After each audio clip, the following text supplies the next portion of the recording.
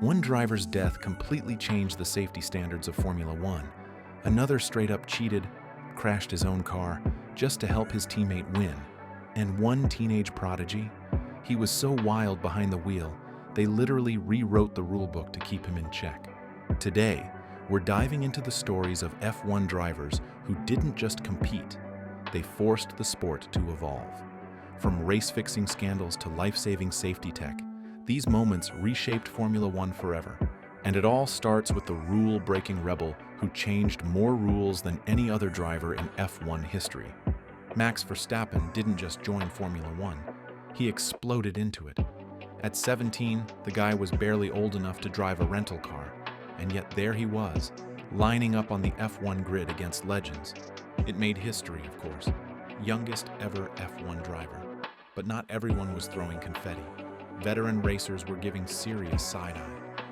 Because let's be honest, when a teenager with zero fear and unlimited ambition jumps into one of the most dangerous sports on the planet, things get spicy. And Verstappen wasn't exactly easing into things. He drove like he had something to prove in every corner, every lap, every overtake. He pushed the limits so hard, you'd think the rules were more of a general guideline. He brake-tested people. He swerved defensively mid-corner. He got under people's skin. And the worst part? Half of it was technically legal at the time. He was like that kid in school who knows exactly how far he can bend the rules without getting detention. So the FIA had to act. After his debut, they introduced a new rule. No one under 18 could race in Formula One again. Simple as that. Verstappen was so fast, so good, and just a little too wild for comfort that the entire sport decided, yeah, let's not do that again. Rookie drivers now have to be adults. Max forced them to draw a line, literally because he didn't have a driver's license yet. But he wasn't done causing chaos. Just 2 years later, in 2016, Max's defensive driving started getting real sketchy. He had this move, basically a mid-braking swerve, that sent other drivers scrambling to avoid collisions during overtakes. Imagine you're diving into a corner and suddenly the guy ahead of you just moves, like unpredictably and aggressively while braking. That's Max. No warning, no pattern.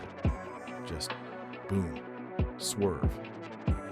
It all came to a head at the 2016 Japanese Grand Prix when things got too close. After that near miss, the FIA introduced what became known as the Verstappen rule, making it illegal to move erratically or go unnecessarily slow while braking if it endangered another driver. That one move rewrote the rules of defense in F1. But Max wasn't done gaming the system. During the 2021 Abu Dhabi Grand Prix, he lined up his car next to the safety car before a race restart. Not behind it, next to it. It wasn't technically illegal, but it caught everyone off guard, including Lewis Hamilton, who lost the race and the championship in the confusion. Next season, the FIA banned that move too. From aggressive braking to sneaky restart tactics and even burnout celebrations. Yes, they banned those too. Verstappen has become the ultimate rule pusher. If there's a gray area, Max is living in it. And if there isn't, he's already looking for one. Now, Verstappen may have forced the FIA to sharpen up their rulebook, but back in the day, one scoring system nearly broke the sport. Let's talk about one of the strangest rule disasters in F1 history, and how it handed the championship to the wrong driver. It's 1988. Ayrton Senna and Alain Prost are teammates at McLaren, dominating the season like nobody's business. Between them, they won 15 of the 16 races that year. The FIA had a weird rule back then that only a driver's best 11 results counted toward their final championship standing. Doesn't matter if you finished every race in first place. Only your top 11 finishes would count. Basically, you could score more total points across the season and still lose. And guess what? That's exactly what happened. Alain Prost had an absolutely monstrous season. He was consistent, reliable, and ruthlessly fast. He scored 105 championship points overall, finished in the top 2 every time he completed a race. Meanwhile, Senna, though electrifying and iconic, had a slightly rockier run. He finished with 94 total points, 11 fewer than Prost. But because of the best 11 results rule, Prost had to drop points from his other races, bringing his adjusted total below Senna's. So who won the championship? Not the guy with the most points. Nope, Ayrton Senna took the title thanks to this bizarre scoring quirk. Prost, the man with the stronger statistical season, got left in second place. Cue outrage. Fans were confused, teams were furious, even the media was calling it a farce. Because how can a sport reward fewer total points with a championship? It just didn't make sense anymore. People started digging into the history of the rule, which had been around since the 60s, originally created to account for mechanical failures being more common back then. It made sense once when half the grid would retire every other race. But by the late 80s, F1 cars were more reliable, and consistency mattered more than ever. It wasn't just unfair, it was outdated. But the FIA didn't change the system overnight. Nope. It took them 3 more seasons to finally admit the rule was broken. In 1991, they scrapped the best results only model and shifted to what we now recognize as the modern F1 point system. Every race counts, and every point matters. So yeah, Verstappen may have changed how you're allowed to drive. But Senna and Prost? They changed how you win. Some drivers changed the sport by how they race. Jules Bianchi changed it by what happened off the track, and his story is as tragic as it is important. Bianchi wasn't a superstar yet, but he was one of those young drivers everyone had their eyes on. He'd worked his way up the ladder, Formula 3, GP2, and finally broke into Formula 1. He wasn't in the fastest car, but he had talent. People called him a future champion in the making. But everything changed at the 2014 Japanese Grand Prix. It was a brutal race, torrential rain, fading light, dangerous track conditions that made even veteran drivers uneasy. On lap 42, Sauber driver Adrian Sutil crashed at the notoriously tricky Dunlop curve. A recovery vehicle was sent out to lift Sutil's car from the gravel trap. 1 lap later, Bianchi came flying around that same corner and lost control. His car slid off the track and smashed into the recovery vehicle, an impact so severe that it actually lifted the truck into the air and dropped Sutil's car on top of Bianchi's. It was horrific. The race stopped, the paddock fell silent, and Jules was rushed to the hospital. He never regained consciousness. After months in a coma, he passed away in July 2015. He was just 25. This was the first fatal accident in a Formula 1 race weekend since Ayrton Senna in 1994. The entire motorsport world was devastated, and while nothing could undo what happened, the FIA knew they had to act. They poured resources into rethinking safety from the ground up, how they deploy recovery vehicles, how race control makes decisions in wet conditions, and most famously, how they protect drivers' heads during high-impact crashes. That's where the halo came in. At first, the halo, basically a titanium bar that curves around the driver's cockpit, was controversial. Some fans thought it was ugly. Even some drivers weren't thrilled. But it turned out to be a game changer. It's already credited with saving multiple lives. The most dramatic example, Romain Grosjean's terrifying fireball crash at the 2020 Bahrain Grand Prix. Without the halo, Grosjean almost certainly wouldn't have survived. The halo has now become standard in every F1 car, and its presence is directly tied to Bianchi's legacy. His accident forced the sport to confront its limitations and take serious, measurable steps to prevent another life from being lost. Jules never got the chance to show us everything he could have done on the track, but his impact off of it continues to protect every driver who lines up on the grid today.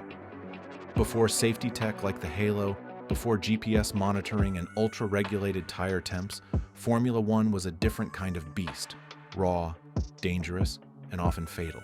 And no story captures that old-school danger like the 1976 Nürburgring crash involving Niki Lauda. Now, the Nürburgring wasn't just a racetrack, it was a monster. Over 14 miles long, winding through the German countryside with 170-plus corners, blind crests, no runoff zones, and almost no room for error.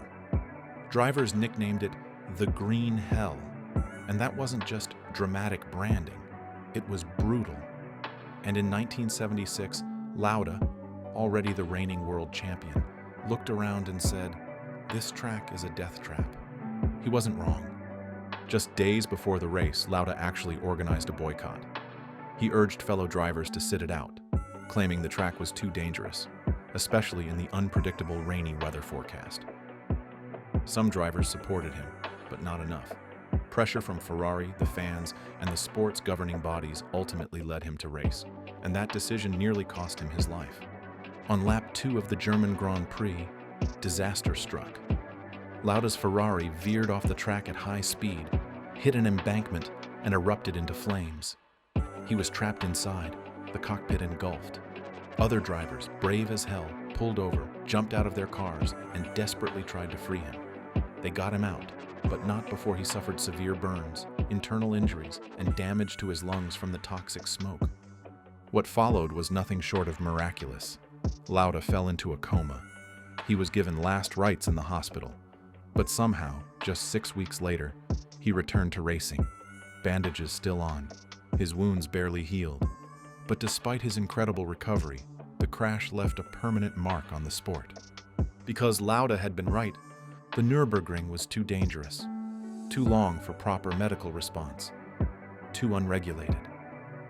And after what happened, the FIA finally listened.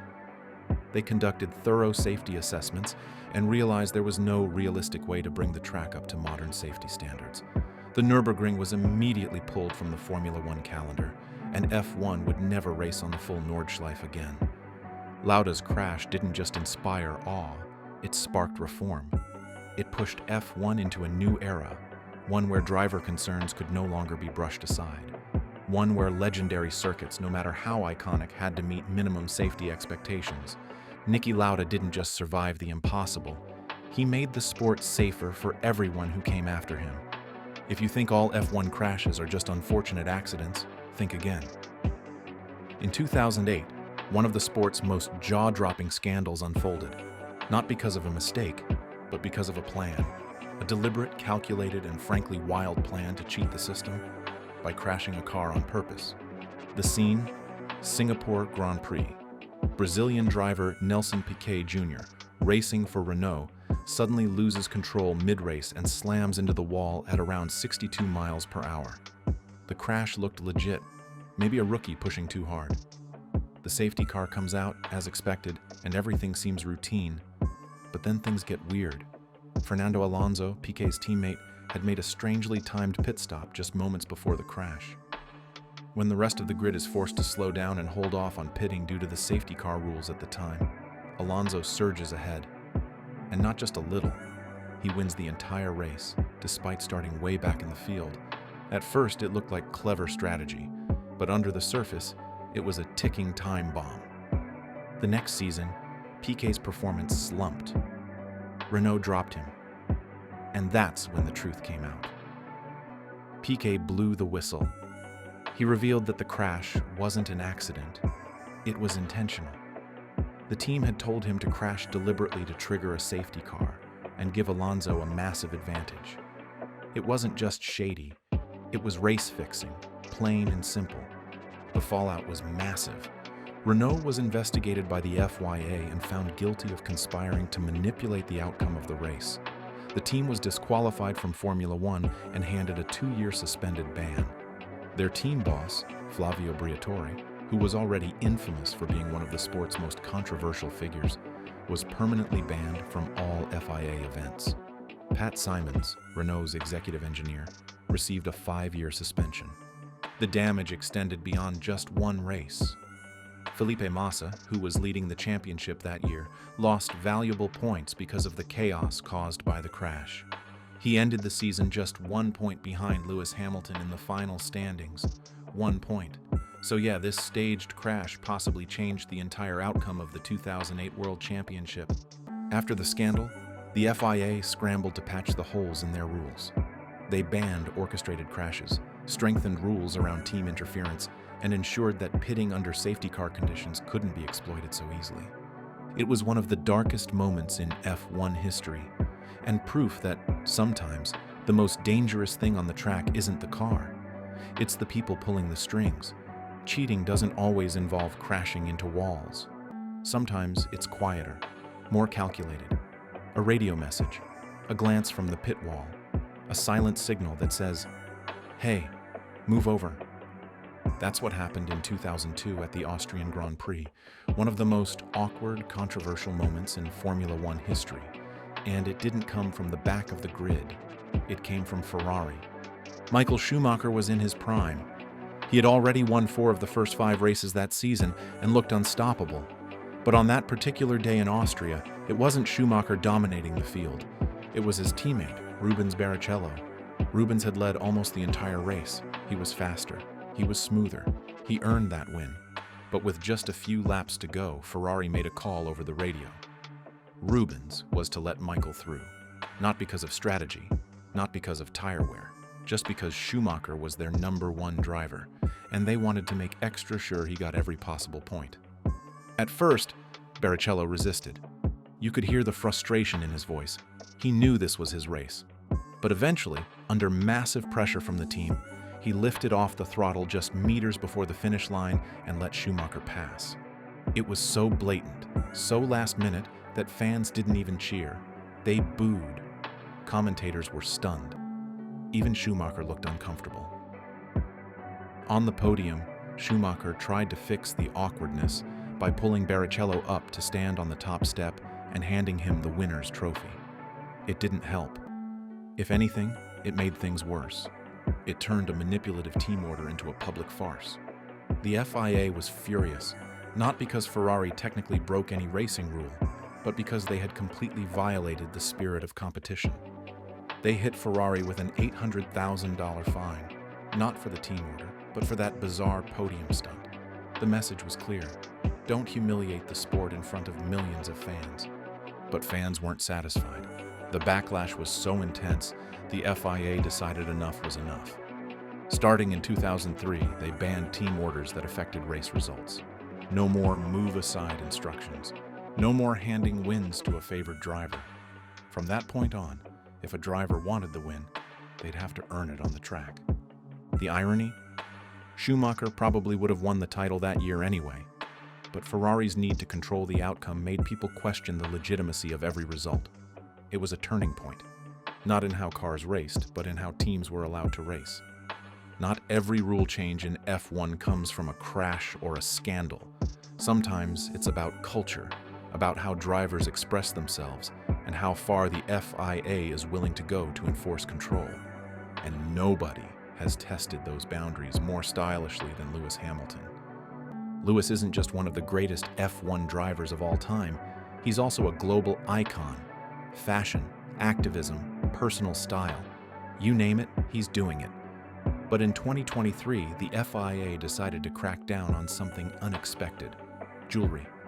Yep, in the lead up to the Bahrain Grand Prix, they doubled down on an old rule about drivers not wearing jewelry while racing, citing safety concerns in case of crashes. And Lewis? He was not having it. He's known for wearing earrings, nose studs, and various piercings, some of which, as he pointed out, can't just be taken out, literally. He told the media that a few of his piercings were welded in and medically impossible to remove without surgery. So when the FIA insisted he remove everything or face penalties, Lewis took a stand. He refused to race unless they backed off, arguing that it wasn't just about jewelry. It was about autonomy, personal expression, and frankly, priorities. The guy made a valid point. Shouldn't the FIA be more worried about improving safety tech, stewarding consistency, or track conditions, not policing earrings? He wasn't alone. Other drivers came to his defense, saying the rule was outdated and overreaching. It wasn't like drivers were stepping into their cars with giant hoop earrings and a gold chain swinging across the dashboard. We're talking subtle, secured pieces, things that had never caused a problem in years of racing. Faced with public pressure and a very real standoff with their most high-profile driver, the FIA blinked. They granted Hamilton a medical exemption, essentially rewriting the rule on the spot. And just like that, the jewelry ban went from strict policy to okay, unless it's welded in. It was a small win, but it showed that drivers still had power when they pushed back together. But Hamilton didn't just influence fashion rules. Around the same time, He also raised serious concerns about porpoising, a brutal bouncing effect caused by aerodynamics on the 2022 cars. After complaining of back pain and extreme discomfort during races, the FIA finally stepped in, adjusting the regulations in 2023 to raise the car's floor by 15 millimeters and stiffen the edges. So yeah, Lewis didn't just shine on the track. He made sure his voice echoed beyond it, whether it was for driver comfort or personal freedom. In his case, making history doesn't always require a checkered flag. Sometimes it just takes a well-placed stud and a little bit of resistance.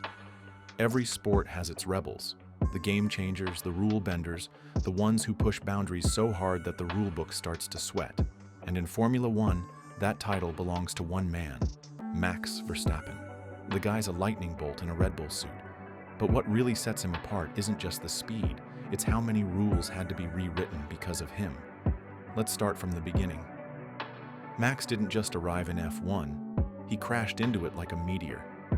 At just 17 years old, he became the youngest driver in Formula One history. 17! Most kids are still figuring out how to parallel park, and Max was lining up next to world champions at 200 miles per hour.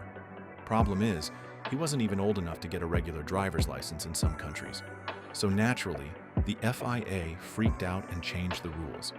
Now, you've got to be at least 18 and have a certain number of super license points to even think about racing in F1. That rule? Straight out of the Verstappen files. But Max didn't stop there. Once on the track, his style was, let's just say, bold. He'd brake late, dive bomb corners, and defend positions with all the subtlety of a brick wall. The real kicker came with his defensive moves under braking. Other drivers would try to pass, and Max would shift his car just enough to block them, sometimes while already braking. It wasn't technically illegal at the time, but it caused chaos. You could almost hear every other driver collectively screaming, "What is this kid doing?" After a particularly sketchy moment at the 2016 Japanese Grand Prix, the FIA had had enough. They introduced a rule specifically banning erratic movements while braking, another direct response to Verstappen's antics. Even in victory, Max found ways to force rule changes.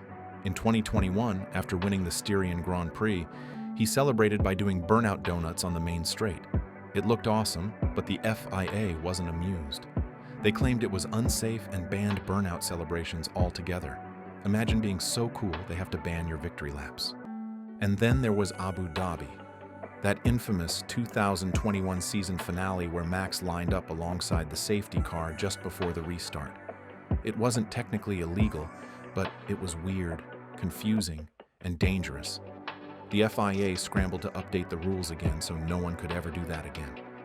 Max didn't just win races, he rewrote the rulebook. Love him or hate him, there's no denying it. Verstappen changed the game, one controversial moment at a time. So, what do all these wild stories tell us about Formula One? Well, it's not just about speed and engineering wizardry. It's a sport built on pressure, risk, and relentless ambition. Every so often, a driver comes along who doesn't just play the game. They force everyone to question the rules of the game itself. From Max Verstappen rewriting the limits of aggressive driving, to Lewis Hamilton standing up for personal freedom, to drivers like Jules Bianchi and Niki Lauda paying the ultimate price for change. These moments reshape the sport forever. F1 evolves not in silence, but through drama, defiance, and yes, sometimes disaster. Because progress in Formula One often comes with tire smoke, controversy, and a rulebook that's never quite finished. If you're into stories where speed meets scandal, and every race could rewrite the rules, this is your kind of content. Hit that like button if you learned something new, subscribe if you want more F1 deep dives, and drop a comment. Whose rule-breaking moment shocked you the most? I read them all. Catch you in the next one, legends.